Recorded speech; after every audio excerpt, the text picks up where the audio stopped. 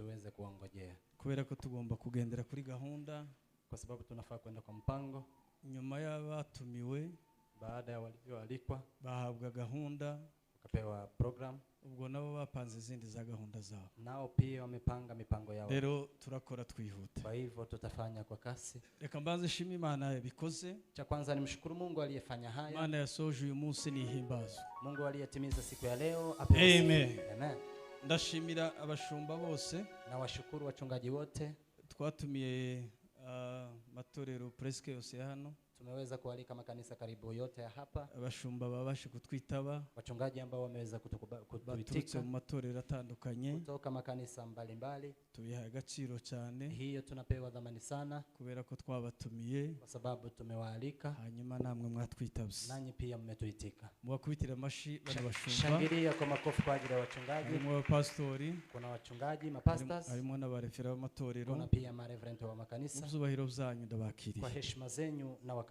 Kandi mwagize neza na mmefanya vizuri kwitaba, kuweza kuitika. Amen. Amen. Hanyuma rero alafu ndashimira abashumba b'amatorero yacu, na washukuru wachungaji wa makanisa yetu nkuko bavuye kubakira, kama vile wametoka ukaribishwa. Ari umushumba Gitinyiro kuva kuri paruwase yacu ya Kamuru, anatoka parokia ya Kamuru. Pastor wakoze cyane, karibu. Pastor ubarikiwe sana. Mwongere mukubitira amashi, mshangilie sana kwa makofi. Imana iguhumugisha cyane. Mungu ambariki sana. Hanyuma rero Pastor Sebintu kuva Rongai, alafu pia kuna mchungaji Sebintu kutoka Rongai, ni mshumba wa paruwase ya Rongai, ndiye mchungaji wa parokia ya Rongai. Nawe turakwishimiye mshumba, nawe pia tunaukaribisha mchungaji. Mungu akubariki. Amaboko amashi muzamu yakubita, tafadhali pigeni makofi. Hanyuma bakamera uwo tuzatuvuga muzamutunga, alafu wale wa kamera pia yule tunayemsema muelekeze kamera. Mwiza amategeko ya nane ya kamera, ubwo abantu baba badukurikira, watu hawa ambao wanatufuatilia bagira amatsiko cyangwa mwe ntimuzamukurikirana amaterano y'ahandi, amfuatilie ibada za pale pengine. Iyo bavuze umuntu, wakisema mtu ngeretse utamuzi, aidha kama umjui, ariko iyo umuzi, lakini kama unamjua uhita umutunga kamera, unamuelekeza kamera. ese sibyo ngo abadije, si ni hivyo? Ni Mungu bitira amashi, munishangilie makofi. Ubwo rero mvuganiye amatorero yacu adukurikirana, nimeweza kusema kwa ajili ya makanisa yanatufuatilia. Dufite diaspora, tuna diaspora, abantu benshi batuye mu bihugu bitandukanye, watu wengi wanaoishi nchi mbalimbali. Dufite abakristo bari muri Amerika, kuna wale wako Marekani. Dufite abari muri Australia, kuna wale wako Australia. Dufite abari muri Canada pia. Dufite abari mu Burayi, kuna wale wako Ulaya, za Norway. Dufite abari za Netherland, kuna wale wako Netherland. Dufite abandi bari mu Bwongereza, kuna wengine wako Uingereza. Dufite abandi benshi bari hano mu cyaro, kuna wengine wako hapa, n'abandi bari hano muri bihugu za Afrika, wengine wako hapa nchini za n'abandi bose badukurikiye turabakira, wengine wanaotufuatilia tunawakaribisha. Mungu awabariki. Amen. Amen. Bwana asifiwe sana. Asifiwe. Reka nsabe Pastor John cyane MC Pastor John Rugondera, ba John babaye benshi, kina John wamekuwa wengi. Nimba tuzatuba ngo John cyangwa John mukuru na John mutoya. Reka nsabe Pastor Rugondera ari buze kunsomera. Pastor Rugondera aje kutusaidia kusoma. Ndashima Imana yuko uyu munsi ubayeho. Shukuru Mungu kwa siku ya leo, kugira ngo tubashe gutanga inshingano, ili tuweza kutoa wakfu kuri mwene data, kupeana wakfu kwa ndugu ugiye kuba pastor mu kanya gatoya, ambaye anataka kuwa pastor kwa muda mfupi. Pastor John Ruhumuriza agira kandi ngo ataza kubona ngo nimba bagaza bakamushekerera iri ya ruguru. Ako na ingine ambayo hapendi, sijui kama ni ya huko juu, ariko sinkavuga, lakini siseme sinkavuga. Ubwo abantu babaye za Gatobwe za Gahororo iriya, watu ambao wamekuwa ngambo hizo, n'abandi wa familia bari hano uko barumva wanaelewa. Amen. Amen. John kuko reverend bivuze, kama vile reverend amesema, ntabwo mvuga ibintu byinshi cyane kuri Pastor John, sitasema mambo mengi sana kwa Pastor John, kubera ko n'umwana twareze, kwa sababu ni mtoto tuliyemlea gutangira hasi tukianza chini, nk'uko babivuze kama vile wamesema, kugeza kuri uru rwego mpaka kwa kiwango hiki, n'ubundi turacari kumwe. na bado tuko pamoja. Imana nidufasha Mungu akitusaidia, agakomeza kwitwara neza, anaendelea kufanya kazi vizuri, azagera no kuzindi nzego. atafika pia viwango vingine. Hari ikibazo se? Je, kuna tatizo? Rero dufite ubuhamya bwinshi Tuna ushuhuda mwingi, butari ubwo kugenda dusabasaba si ya kwenda tukitafuta ubwo tafuta. twibone. Reka dusome igitabo cyo Kuva Tusome katika kitabu cha Kutoka ibice ni 18 18 n'umurongo wa 21. 21. Pastor se ibintu nabo bareba igitabo cha Timotheo, Pastor Tito, Tito pia sorry. angalie kwa igitabo cha Tito, kitabu cha Tito. muhereze na microphone cyangwa barakoresha imwe. Pepi ya Tito igice cya mbere n'umurongo wa 5. Waraka wa Paulo kwa Tito mlango wake wa kwanza mstari wa 5. Iwe arasoma habiri, arasoma no muri Yohana niyo turangiriza. Takuja kusoma pia Yohana Igice cya 10 n'umurongo wa mbere mstari wa kwanza kugeza ku wa 2 mpaka wa 2. hanyuma ibindi turabikora twihuta. Mengine tutafanya kwa haraka. Amen. Amen. Muri hano Mko hapa? kundu nabonye igitaramo kimeze, Vile nimeona ibada ilivyo, jewe naze kucigoborera. mimi sijaingia kabisa. Manze nje nimba ari idini, nimba ari iki, Niingie kwanza kwa dini, manze nkora imihango yose irangire, nifanye utaratibu wote wishe, turaza gutarama nyuma. alafu tutakuja kuendelea hapo baadaye. Kubera ko hari ukuntu bagize gutya, sinzi ukuntu baciyemwo gutya, barasa baragaruka gutya. Kuna vile wamepita hivi wakapita hivi tena. Naringize ngo niruke, Karibu nikimbie. ariko kubera idini, Lakini kwa sababu ya utaratibu wa dini, umuntu mbonye bwa mbere ko mabati uyu muntu nakayayo, mtu wa kwanza akiniona anaweza akasema huyu mtu hayuko sawa. uyu ni ugiye guheza inshingano abandi, Huyu ndiye anataka kupeana wakfu kwa wengine. akamashira ngo wenda naje sindabawe. Akasema hata mimi sijakuwa huyo. Amen. Amen. Ariko ibyo nkora ndabizi. Lakini yale ninayoyafanya, Dusomere rero. tusomee Igitabo cyo Kuva igice cya 18 Kutoka 18 umurongo wa 21. 21. Bibiliya iravuze ngo Ego, kandi untoranyirize mu bantu bose toranyirize mu bantu bose abashoboye ubucamanza, abashoboye ubucamanza. bubaha Imana, John agumetegere, ubaha Imana, inyangamugayo, inyangamugayo, banga impongano, bantu banga ruswa.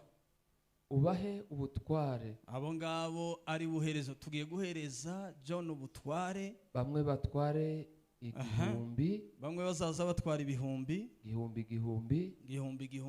abandi 100, abandi 100. Ntabwo twese tuzongana, bamwe ni igihumbi, abandi ni 100, abandi 50, abandi 50, abandi 10. abandi 10. Amen. Amen. Amen. Mwumvishije? Nasikia.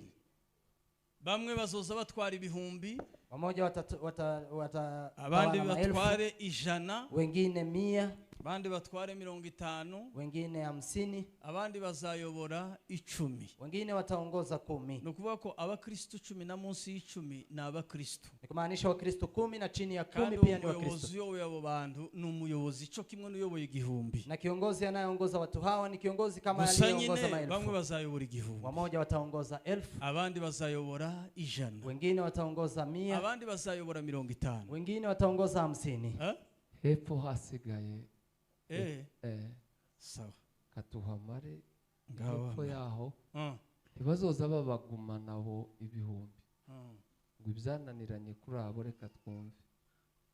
Amen. Baje bacira abantu imanza ibihe byose, Aha. kandi urubanza rukomeye rwose Rubanza rukomeye baje rwose. barukuzanira. Kurumva jo?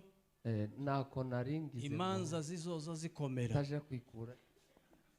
Ugiye kubaga umucamanza. Nataka kuwa mwamuzi. Imanza zizoza imanza tuvuga ntabwo ari ukuja kwa chief.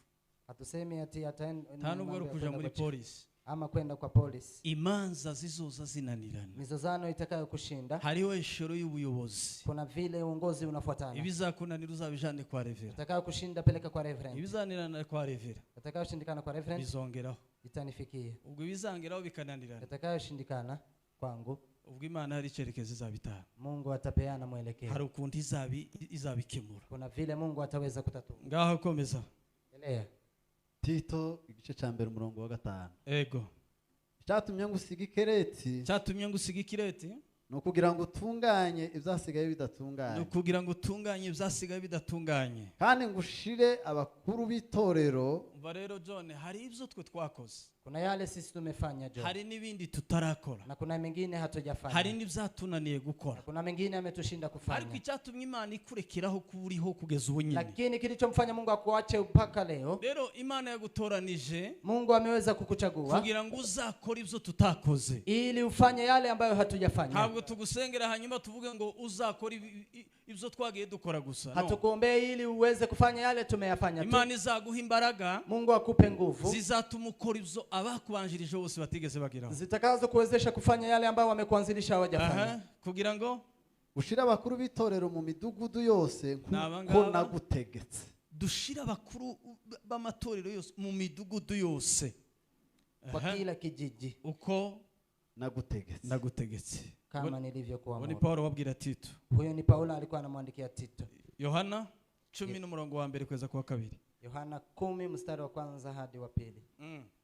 Nukuri ndababwira yuko uwinjira mu rugo rw'intama atanyuze mu irembo Nukuri ndababwira ijambo iyo risubiramo nukuri. Neno likirudia ukweli. Ico gihe rero bisoma biba bivuga ngo uzitondere kubera ko iri jambo. Inasema uwe ujihadhari kwa sababu neno hili Iri jambo ryitondere cyane. hili neno ukae pole pole. Haravuga ngo nukuri ndababwira yuko uwinjira mu rugo rw'intama atanyuze mu irembo atanyuze mu irembo, ahubwo akurira ahandi. John rero ntukurira ahandi, uzace mu irembo. Usipite pale kwingine, pita kwenye mlango. Uwaba ari umujura n'umunyazi, Uwo ni umujura n'umunyazi, ari kunyura mu irembo, unyura mu irembo niwe mwungeri w'intama. niwe mwungeri w'intama. Amen.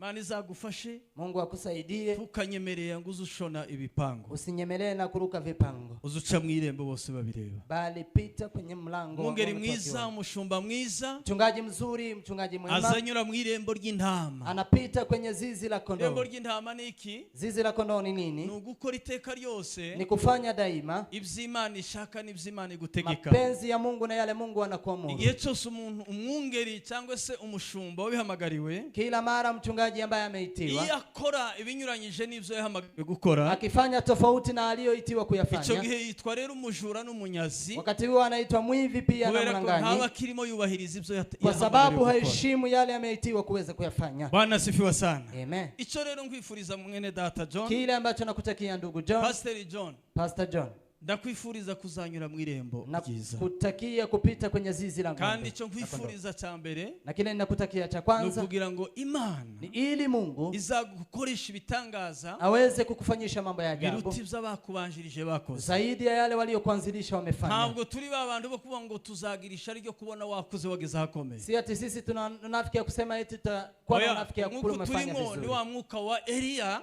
Roho ambayo inakaa ndani yetu ni ile roho ya Eliya. Elisa ngo yamusabye impano ngo ziri double impano yari asanganywe. Elisa ameweza kumuomba karama dabo ya zile alizokuwa Kuvuga ko nazo. Eliya ngo yari afite impano 7, Elija alikuwa na karama 7. hanyuma ngo Elisa amusaba impano 14. Alafu Elisha akaweza kumuomba 14. Ariko Bibiri zitubwira ngo Eliya hari icyo yavuze. Lakini Biblia inasema Elija kuna kila Yabwiye Elisa amekisema. aramubwira ngo unsabye ikintu gikomeye cyane. Amemwambia Elisha umeniomba kitu kigumu. Icyo yavuze gikomeye ni iki? Kila alichokisema ni kigumu. Nuko yamusabye ibyo adafite. Ni kwa sababu amemuomba kile ambacho hana. Yatekereje nk'umuntu, Amefikiria kama mtu. aravuga ngo uyu muntu asabye impano zirenze izo mfite. Akasema mtu huyu ameniomba karama zaidi ya zile Ariko ninazo. aramubwira ngo ibyo uvuze, Lakini akamwambia hayo uliyosema. mbona igihe cyo gutandukana nawe, Ukiniona wakati wa kuachana na ngo wewe, bikubere nk'uko ushaka. iwe kama upendavyo. Icyo twifuriza abameze nk'aba ba Pastor Kile John tunachotakia kama hawa kina pasta n'abandi bose bazakura nyuma na yiwe, wengine ambao watafanya baada ya yeye, turakwifuriza kugira impano zimeze nk'izo Eliya yifurije Elisa. tunakutakia kuwa na karama zaidi kama zile Eliya amemtakia Ntabwo Elisha. tuzogirisha ari iby'Imana izabakoresha. Hatutakuwa na unafiki wa kile Mungu ataweza kufanyia. Habe n'ikintu na kimwe,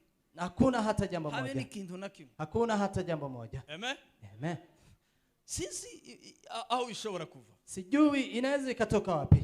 Rwose ni umwuka w'abazimu, Huyo ni pepo chafu aho kabisa. umuntu agirira ishari y'uwo yasize amavuta. Pahali mtu anakuwa na fitina ya yule aliyempaka Ni mafuta. nk'umubyeyi ugirira ishari umwana yibyariye, Ni kama mzazi ana fitina kwa mtoto aho aliyemzaa. umuntu ashobora gutekereza ngo runaka nasengeye ni ugeze kuri ibi ngibi. Pahali mtu anaweza akafikiria niliyemweka wakfu ndiye amefika kwa kiwango hiki. Sigitangaza John uyu tugiye gusengera mu kanya Si ajabu ndugu Jone tunayetaka kumweka ashobora wakfu. kuba bilionea, Anaweza akawa bilionea. ashobora kuba umupastor ukomeye mu isi, Anaweza akawa mchungaji mkuu mashuhuri kandi izo duniani. zose nibyo nkwifuriza mwe Na mwene hiyo data. ndiyo nakutakia ndugu ni yangu. ishema ryanje kubona abo twasengeye bakuriye munsi y'ibirenge byacu babaye bakomeye natwe tukaja munsi y'amavuta yabo. Hiyo ni heshima kubwa nikiona wale nilioweka wakfu wakiendelea zaidi. Umuntu awuzara utamubyara. Wanasema hakuna yule anayezaa asiye mzaa. Rero Imana yo mwijuru izagufasha. Kwa hivyo Mungu wa mbingu akusaidie. Umenye ko hari ibyasigaye ntabwo twakoze byose. Ujue kuna yale yamesalia hata hari kama ibindi byasigaye ugomba gukora. kuna mengine yamesalia lazima uyafanye. Hari amagambo nkangahe ntanga impanuro. Kuna maneno kama ngapi ambayo nitaweza kutoa Koresheje ushauri? amagambo y'umunyabwenge.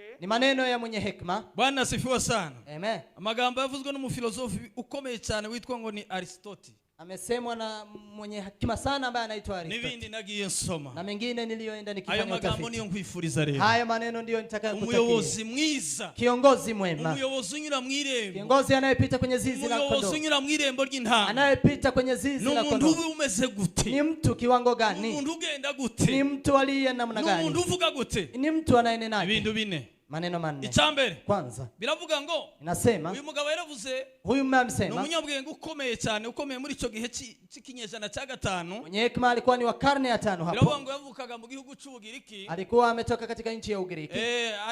Ariyo mu majepfo y'Uburaya. Ikiwa ni huko kusini Muri Ulaya. iki gihe Kwa wakati huu yavuze amagambo akomeye cyane amesema maneno makuu huyu mume. ari ijambo rya mbere yavuze. Neno la kwanza Yaravuze alilolisema ngo umuntu udashobora kuba umuyoboke mwiza. amesema mtu ambaye hawezi kuwa mfuasi mzuri Ngo ntashobora kuba n'umuyobozi na mwiza. hawezi akawa hata kiongozi Ndagira ngo iki mwema. kintu mucyumve cyane. Nataka hiki kitu mkikisikie kabisa. Birashoboka. Inawezekana. Birashoboka. Inawezekana. Hari abantu bamwe basengera abantu gusa kubera nyine ko bamwe babahaye ifaranga. Kuna wale wanaombea watu kwa sababu wamewapa pesa. Abandi bakoze ibindi byabo lobbying ndashobora kuba. Wengine wamefanya vitu zao huko ambazo Ariko biravuga ngo lakini inasema ushaka kuba umuyobozi mwiza. anayetaka kuwa kiongozi mwema Icyambere kwanza ahinduka umuyoboke mwiza. atakuwa mfuasi mwema. Hari abandi bibaza ngo se kubera iki runaka. Kuna wengine wanajiuliza kwa nini fulani Runaka ni uruta abandi. fulani ndiye zaidi ya wengine. Uvuga ko formulaire kugira ngo uzatoranwe mu bandi. Njia ya kupitiliza ili uchaguliwe uteuliwe kati ya wengine. Cyambere no kubanza kuba umuyoboke mwiza. Kwanza ni kuwa mfuasi Biravuga ngo mzuri. nta muyobozi mwiza ubaho. Inasema hakuna kiongozi mwema ambaye anakuwa Mu gihe atabanje kuba umuyoboke mwiza. wakati hajakuwa mfuasi Umuntu mzuri. wese wemeye kuyoborwa. Yeyote aliyekubali kuwa mfuasi mzuri Biroroshe kuzayobora. ni nyepesi sana kuweza Kubera ko kuongoza. ibyo yakurikije bamuyoboragaho. Kwa sababu aliyofuata waliomuongoza Ibyo ngibyo n'abandi azayobora niko bizagenda. na wengine atakaoongoza itakuwa hivyo hivyo. Cya kabiri Ya pili, Bwana asifiwe sana. amen. Amen. Amen. Biravuga ngo ibintu byose Inasema kila kitu, bijanye ibintu byose kila kitu, bijanye n'ukuntu ibintu byose ngo bijanye n'ukuntu umuntu abibona. kila kitu kinaambatana na vile mtu anakitazama. Ibintu byose ngo bituisi. Kila kitu kinakaa Ngo duniani byaba byiza, kikiwa ngo kizuri, byaba na bibi. kikiwa hata kibaya. Aravuga ngo ntagihoraho. Akasema hakuna kile kinachodumu. Aravuga ngo ngo Akasema hari ibyo abantu bamwe bita bibi kuna yale watu wanaita mabaya kandi atari bibi. na si vibaya. Hari n'ibindi abandi bita Kuna vitu byiza zingine watu wanaita vizuri kandi atari na byiza. si vizuri. Ngo biva he rero? Inatokana wapi? Ngo igicreating icyo kintu Kinachofanya kitu hicho hanyuma kikatura ko icyo kintu ari kibi cyangwa na cyiza. kinatamka kitu hicho ni kizuri ama ni Aravuga kibaya. ngo biva mu bitekerezo by'umuntu. Kasema hicho kinatoka kwenye mawazo ya Ngo mtu. umuntu arashobora gutekereza Mtu anaweza akafikiria hanyuma agahindura ikintu cyiza kuba kibi. alafu anabadilisha kitu chema kuwa Umuntu kibaya. arashobora gutekereza Mtu anaweza mu akafikiria myumvire y'umuntu kwa mafikra ya mtu niho hava ikintu kuba cyiza cyangwa kibi. ndipo kunatokana kitu kuwa chema ama kibaya. Hari intambara nyinshi, Kuna vita nyingi, amatorero afite yo gushaka buri itorero rishaka kwemeza irindi, kanisa linataka lingine liweze kulikubali. niyo mpamvu bamwe bavuga ngo doctrine yabo niyo nziza kuruta Ndio iy'abandi. maana wengine wanasema utaratibu wao ni mwema Kweli kuliko utaratibu wa wengine. Icyiza ni ikihe?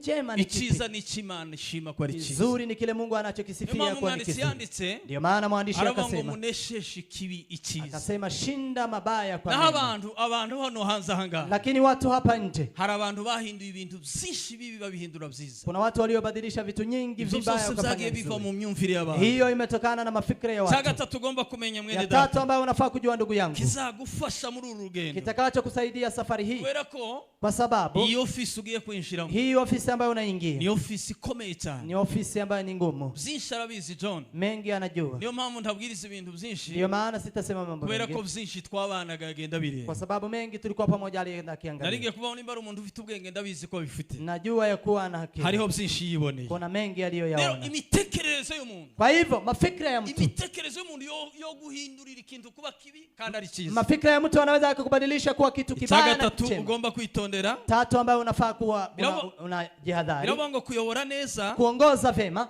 ngo nukwemera ko utazi byose. ni kukubali ya kuwa hujui yote. Nukenera kuyobora neza, Ukitaka kuongoza vizuri, iteka ryose ntukumve ko uzi byose. kila mara usisikia kuwa unajua yote. Umupfapfa ngo yibwira ko ari umunyabwenge, Pumbavu anajizania kuwa mwenye hekima, ariko ngo umunyabwenge lakini yule mwenye ngo hekima azi ko ari umuswa. anajua ya kuwa ni Hari ni ijambo mpumbavu. umufilozofi witwa Sokrate yavuze, Kuna neno ambayo mwenye mtaalamu mmoja alisema, anaitwa Socrates. yaravuze ngo ndi umuntu uzi ubwenge cyane, Amesema mimi ni mtu anayejua akili sana, ariko ngo hariho ikintu kimwe niyiziho. lakini kuna kitu kimoja ninachojua Uzi kwangu. icyo kintu yiziho? Unajua hicho anachojua Yaravuze kwangu? ngo icyo niyiziho Amesema ninachojua ngo kwangu nuko ntacyo nzi, ni kwa sababu sijui chochote. uko ari kuzomera John. Hivyo kaa hivyo. Nushaka kumenya byinshi, Ukitaka kujua mengi, ntukiyumvise ko uzi byose. usijihisi ya kuwa unajua yote. Nushaka kugera ku bikomeye, Ukitaka kufika kwa makuu, uzegera abakomeye, karibia wale ambao ni wakuu, uzegera abafite ibyo bagezeho, karibia waliofikia makuu, uzegera abakurambere bawe. karibia wale ambao wamekutangulia.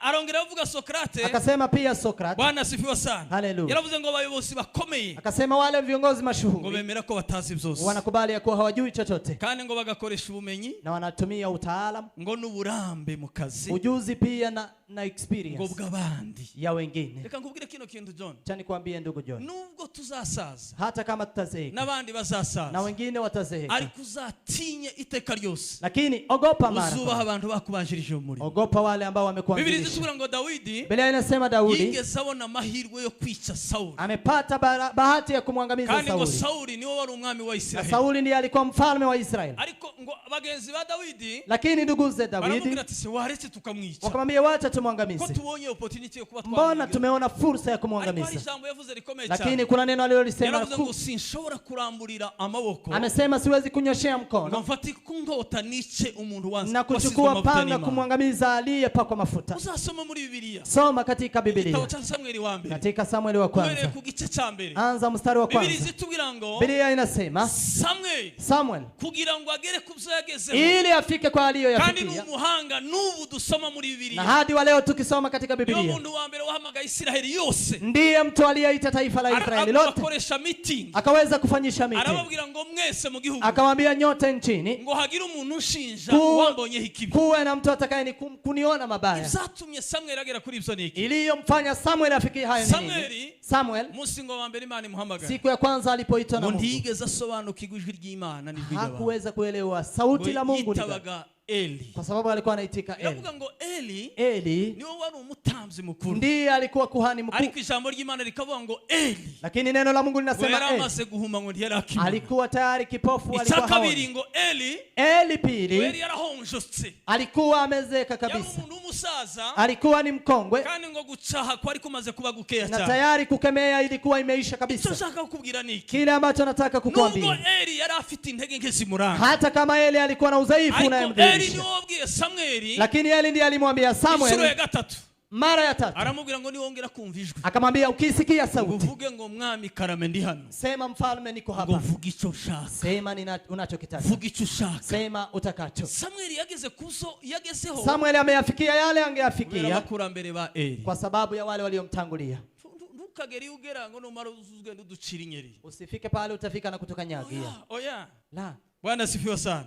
Amen. Iteka ryose uzubaha abantu bakubanjirije mu murimo, Mara kwa mara waheshimu waliokuanzilisha kazi, bizagufasha kugera ku na bikomeye. itakusaidia kufika Bwana mbali. asifiwe sana. Haleluya. Kubera ko Kwa sababu ni ibintu bikomeye cyane iyo umuntu yicisha bugufi muri urwo rwego, ni vitu kuu sana mtu akinyenyekea kiwango hiki, kandi ni ibintu bimufasha kugera ku bikomeye. na ni vitu zinazomsaidia kufika kwa makuu. Bwana asifiwe sana. Amen. Amen. Amen. Itakane Nne, za kurangiza nikitamatisha. iravuga umuyobozi mwiza. Inasema kiongozi mwema. Bwana asifiwe sana. Amen.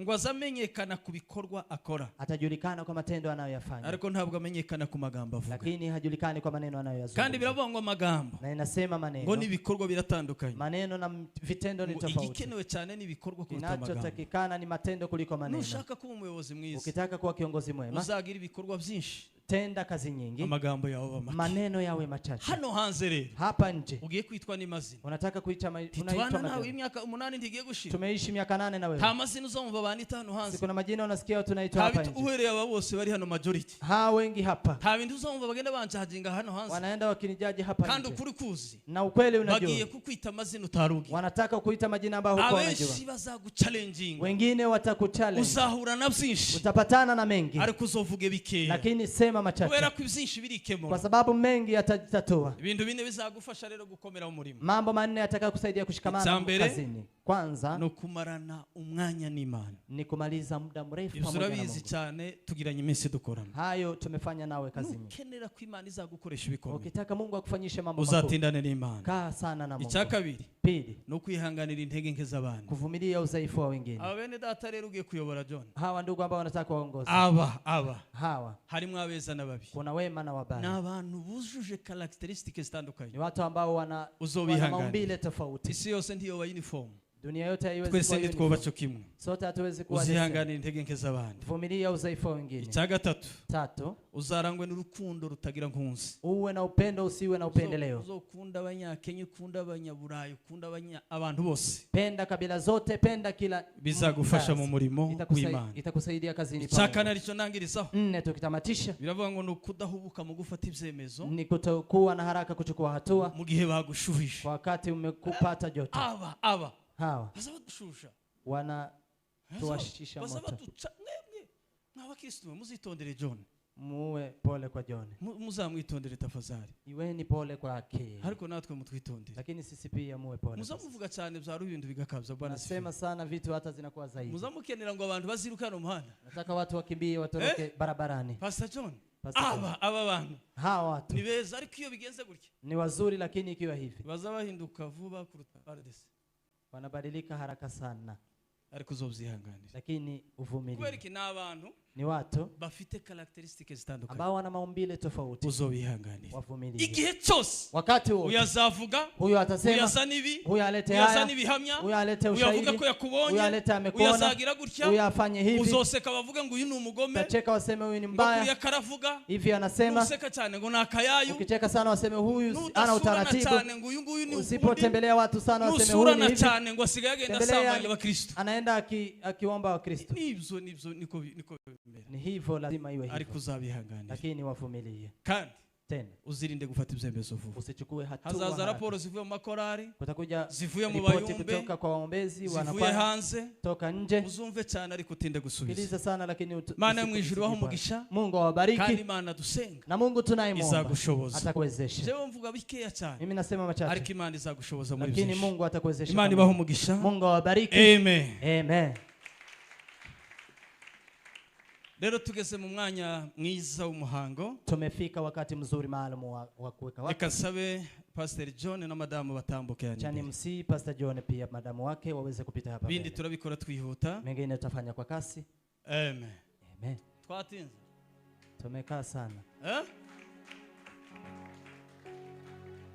Esko pastor mwabuze n'umuherekeza mu mugeze babaye gabageni. Wamekuwa kama Ibigasi bya famille ngo fulani baraba. hii si mambo ya familia.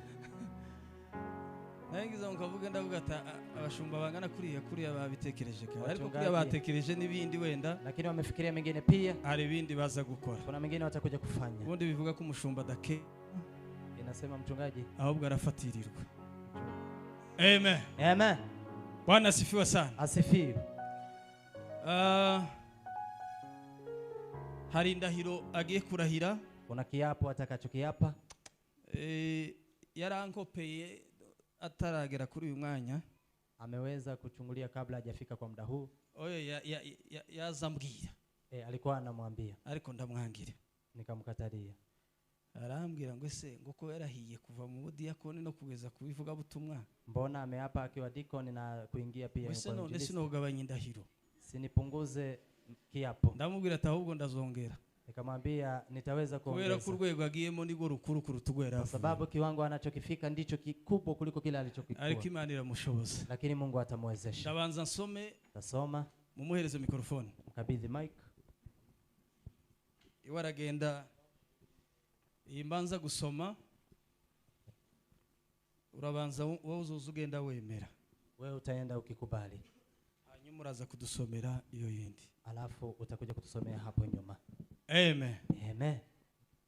mikrofone iri.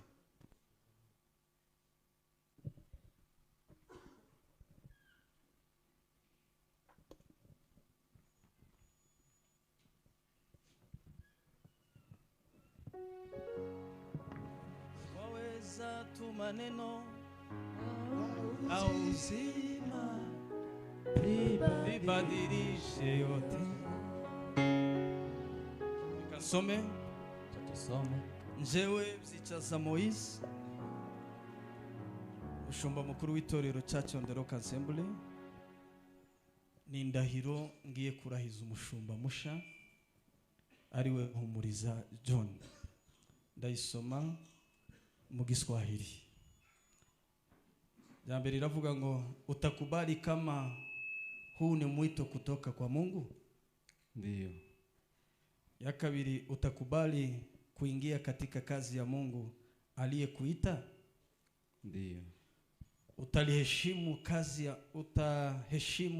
kazi ya Mungu wakati wowote? Ndiyo. Uzubwirijwe kandi n'abarya barahiye batarabikora mugume mwibutse ni urubanza. Kane biravuga ngo utatoa maisha yako yote kwa kazi ya Mungu? Ndiyo. Utakataa ushauri mabaya, kukaa katika kikao cha wasengenyaji? Ndiyo.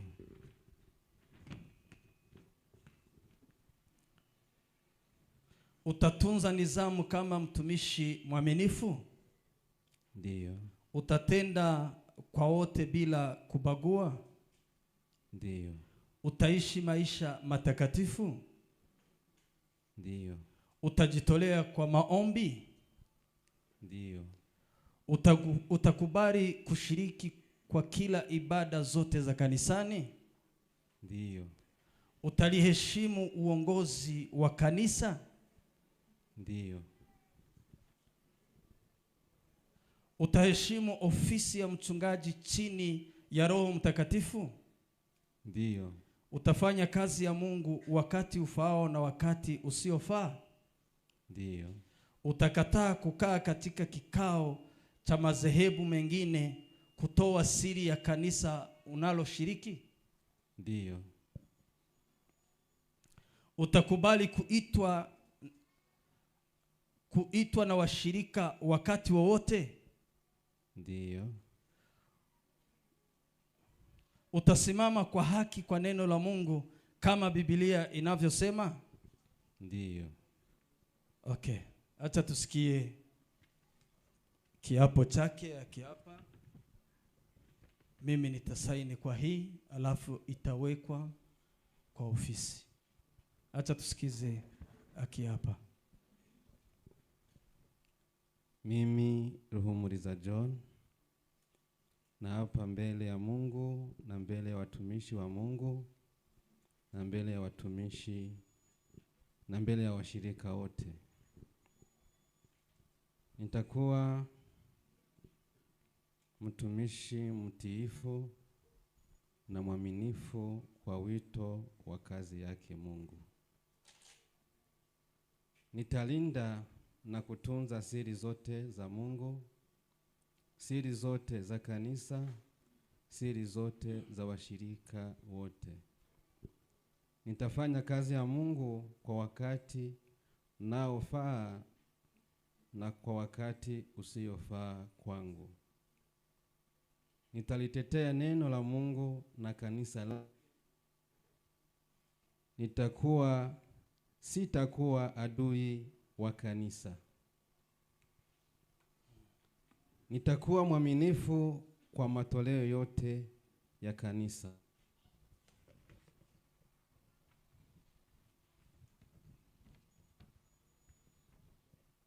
na kazi ya Bwana wetu Yesu Kristo. Nitahudumia kanisa letu na moyo wangu wote.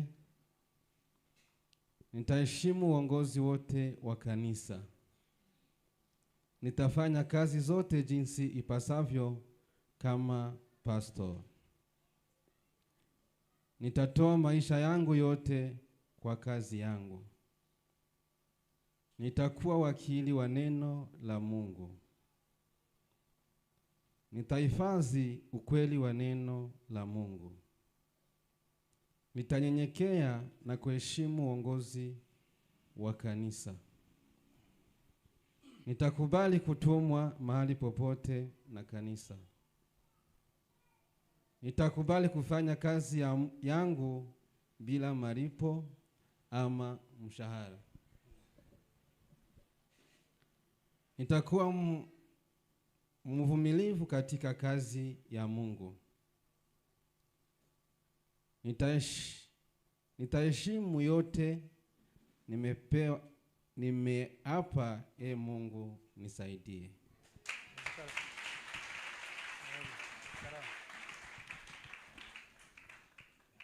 Mwumvishije ibintu uyu mugabo arahiye. Nimumara ngo natwe mudusengere ngo kuba pasiteri. Nitabanyika ryawe utaba mu rugo uba iriya hehe tuzi ibintu biba mu ikanisa. Hujui vitu zinakaa kanisani. Tuzi ibintu bikorwa. Hujui vitu zinazofanyika. Unaje ngomba kuba pasiteri. Eti nami nafaa kuwa mchungaji. Mwabumvishije hano? Mmesikia kiasi. Ntabwo ari ibintu byoroshe bavandimwe. Si kitu rahisi. Ibi ntabwo ari ibintu byoroshe. Si jambo rahisi. Abo tubana hano ntimubizi. Wala ambao tunakaa hapo si mnajua. Ntimubizi. Si mnajua. Uyu ni umugozi turi muri prison. Ni kama tuko kwenye gereza. Rero John karibu cyane muri prison y'Imana. Kwa hivyo John karibu sana kwenye gereza ya Mungu. Berako Paulo yarabivuze cyane. Paulo amesema vizuri. Yaravuze ngo jewe imbohe ya Kristo. Amesema mimi mfungwa wa Kristo. Ubu rero John, kwa hivyo sasa John aradusanze rero kuba imbohe ya Kristo. Ametupata kuwa mfungwa wa Kristo. Ibi ngibi rero yarahi. Haya aliyo ya hapa. Agiye kubishiraho umukono. Anataka kuweka pia kuweka saini. Hari igihe twe tutamukurikirana. Kuna wakati sisi hatuwezi tukamfuatilia. Ariko Imana izamukurikirana. Lakini Mungu atamfuatilia. Kandi natwe abayobozi. Na sisi viongozi tuzomukurikirana. Tutamfuatilia. Ntabwo tubaye abayobozi gusa ngo tuturika ibintu byose ngo bikorwe. Tukae viongozi na kuacha vitu zifanyike. Tuzamukurikirana. Tutamfuatilia. Na sinye ibyo avuze. Asaini yale aliyoyasema.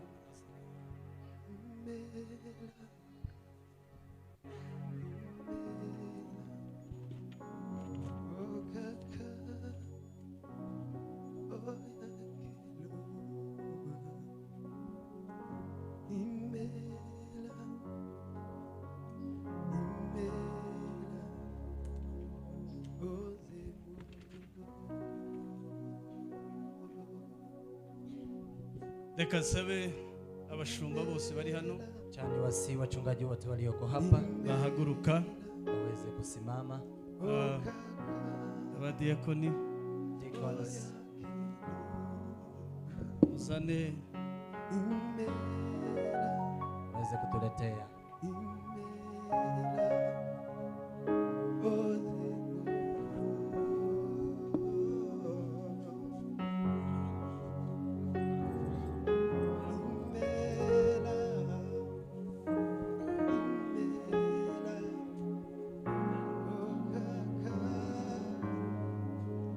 byose rero tuvuye kuvuga. Haya yote tuliyotoka kuyasema. Hari abandi badamu nabo badashobotse. Hari igihe bavuga ngo ibi ngibi niwe wabirahiye jewe sindimo. Kuna saa zingine wanasema eti mimi ndio nimeapa haya, mimi si yupo. Ariko ndabizi ko kubera impamvu z'amafoto, sababu ya picha, mureke twubahe icyo ba photographe bavuga. Tatutii yale ambao wapiga picha wamesema. Madamu uzamuba hafi. Madamu utakuwa karibu naye. Kandi uzamwigishe na umufunze.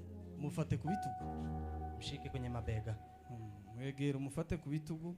Mshike kwenye mabega. Kandi ukumufashe kuri ibi bitugu. Na vile umemshika kwenye bega. Ariko uzomushigikira mu bikorwa byose. Na hivyo umshike mkono kwa kila jambo. Uzomugiri inama zose. Umshauri kwa kila jambo. Ariko ntukamucintege. Lakini usimukate tamaa. Ibizaba byose uzabyihangana. Itakayofanyika uvumilie. Reka dusenge hanyuma tuombe alafu Chairman Reverend Thomas atuje imbere. Reverend Thomas atatuongoza. Hanyuma nabandi twese dusenga. Alafu wengine pia tukiomba. Bandi mwigira hano bashumba hano. Mchungaji karibia hapa.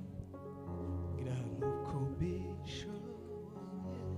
Mwami Yesu Kristo, uwiteka mana yacu yo icyubahiro cyawe kikugarukire nk'imana. ibi n'ibiganza birambuwe hejuru y'umugaragu uyu ni umwanya mwiza rero tugezemo, uhamagariwe kwinjira mu nshinga. ndagushimiye ko tugeze kuri iyi ntambwe. uyu ni umurimo ibi ni wowe wabiteguye kera kandi ni wowe uyu ubikoze. nguyu akaba ahamagawe ndagushimiye kuri uyu mwanya mwiza.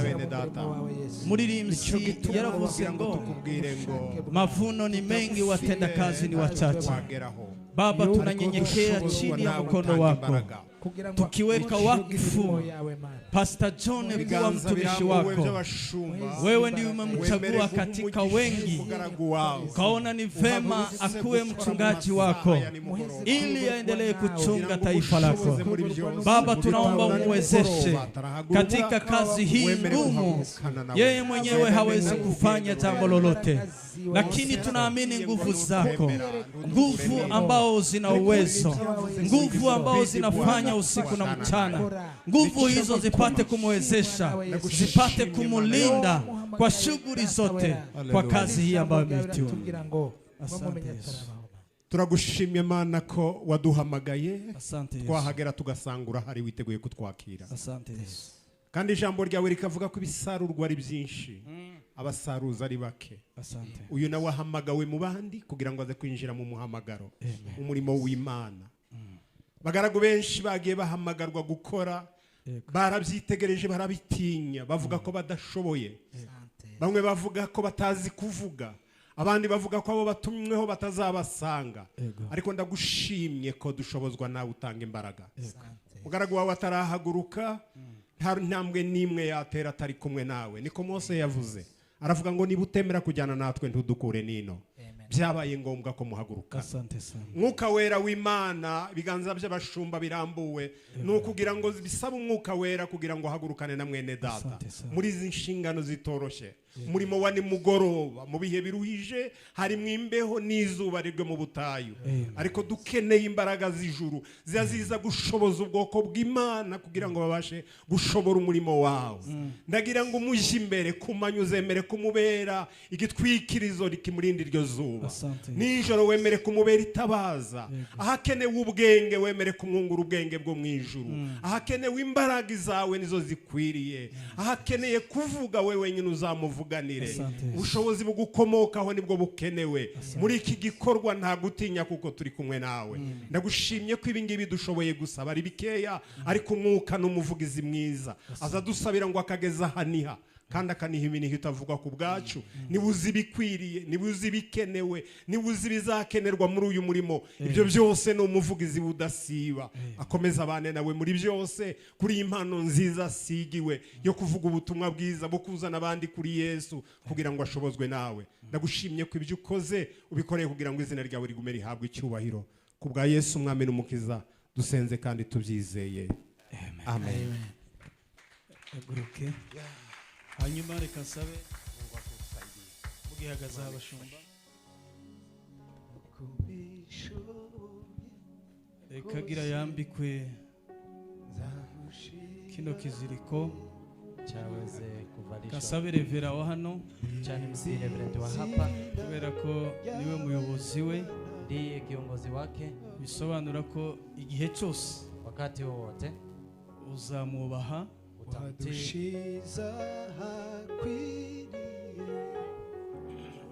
Revera baguhe mikrofone nawe ugende waturaho amagambo. Upe mike uende ukitamka maneno.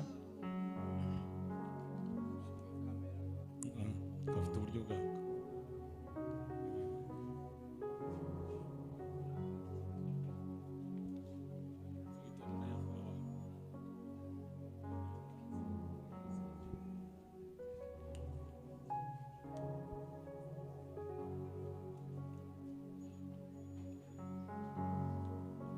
Bindi byoroshe, ndibona ko kananiranye kujamo.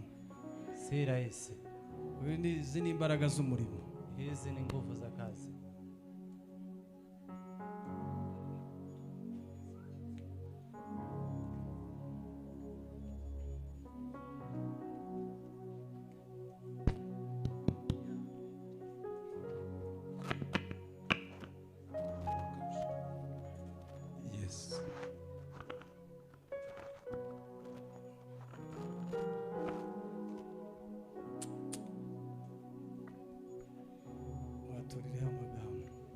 John, Imana yatekereje ko muri kino gihe ari ukwizerwa Mungu amefikiria wakati huu igwaye kwamba uyu murimo wayo, amekupa kazi yake. uzakomeze kuba umwizerwa, Endelea kuwa mwaminifu, uzakomeze kuba icyitegererezo cyiza, endelea kuwa kielelezo kizuri, uzakorera umukumbi, tumikia kondoo, uzayobora uyu mukumbi ngo uw'Imana kwizera ikaguheza, ongoza kondoo kama vile uzawuyobore Mungu kuzawubazwa wa munsi w'imperuka, ongoza kama utakayoulizwa kandi uzawuje imbere iteka ryose, na wewe mbele yao peke yako, uzemere kubukorera na ukubali kumanywa na kuwatumikia nijoro. asubuhi na Mwuka mchana. w'Imana abe kuri wewe, Roho Mtakatifu awe umushumba pamoja wawe nawe. ukuyoboye, Kama mchungaji ndaturaho ninakuongoza. imbaraga z'umwuka wera w'Imana kuri wewe, Natamka nguvu za Roho Mtakatifu ibiganza byawe pamoja nawe. bizahuzuza ubushobozi, Mikono yako ijazwe umwuka na w'Imana uwezo. azaguhiza ubwenge bwo guhishura Roho no kumenya, Mtakatifu akufunulie kandi zaidi. mwami nawe uzawuyobera Na umukumbi, Mungu aendelee namwe kuongoza mukumbi kondoo. muzayoboreke John, Nanyi kondoo. muramure muzerekanye ibiganza. Amen. Reka nsabe Revera Erasme tambuka imbere hamwe n'abandi barevera bose nibo batanga ino certificate, Pamoja na mareverend wengine ndio watapeana certificate. bayihereza Wakipeana kwa ya mikrofone irihe nawe ashobora kwatura mawili Naye matatu anaweza mugani kutamka w'abaswahili, hanyuma abarevera bose bipange hano ku murongo. mareverend wote wajipange hapo kwenye mstari. Pastor John, turakwifuriza imbaraga z'Imana muri uyu murimo. Tunakutakia nguvu za Mungu kazini humu, Ibyo uzakora byose utakayoyafanya yote bizaba ari ibyo guhesha Imana icubahiro, yawe ni ya kumheshimisha Mungu, kandi Imana dukorera na Mungu tunayemtumikia ndabizi kuko izaguhemba. najua atakulipa. Imana izabigushoboze. Mungu akuwezeshe. Amen. Amen. Bakoze cyane. Barikiwe sana. Hanyuma sinzi aho duhagarara kugira ngo tuze hano. Sijui ni wapi. Bashumba Chungaji wote tafadhali. John na madamu. John nta Muke ugeze hano madamu yasigaye.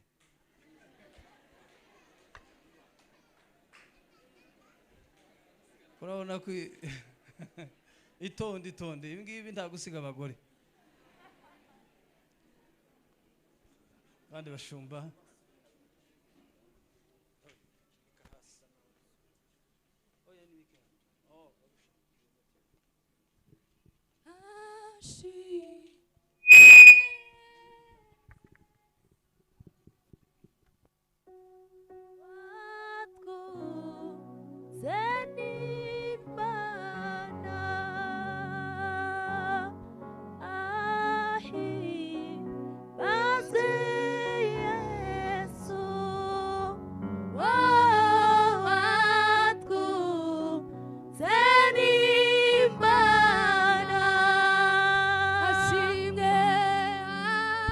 subira ha bashumba bamusuhu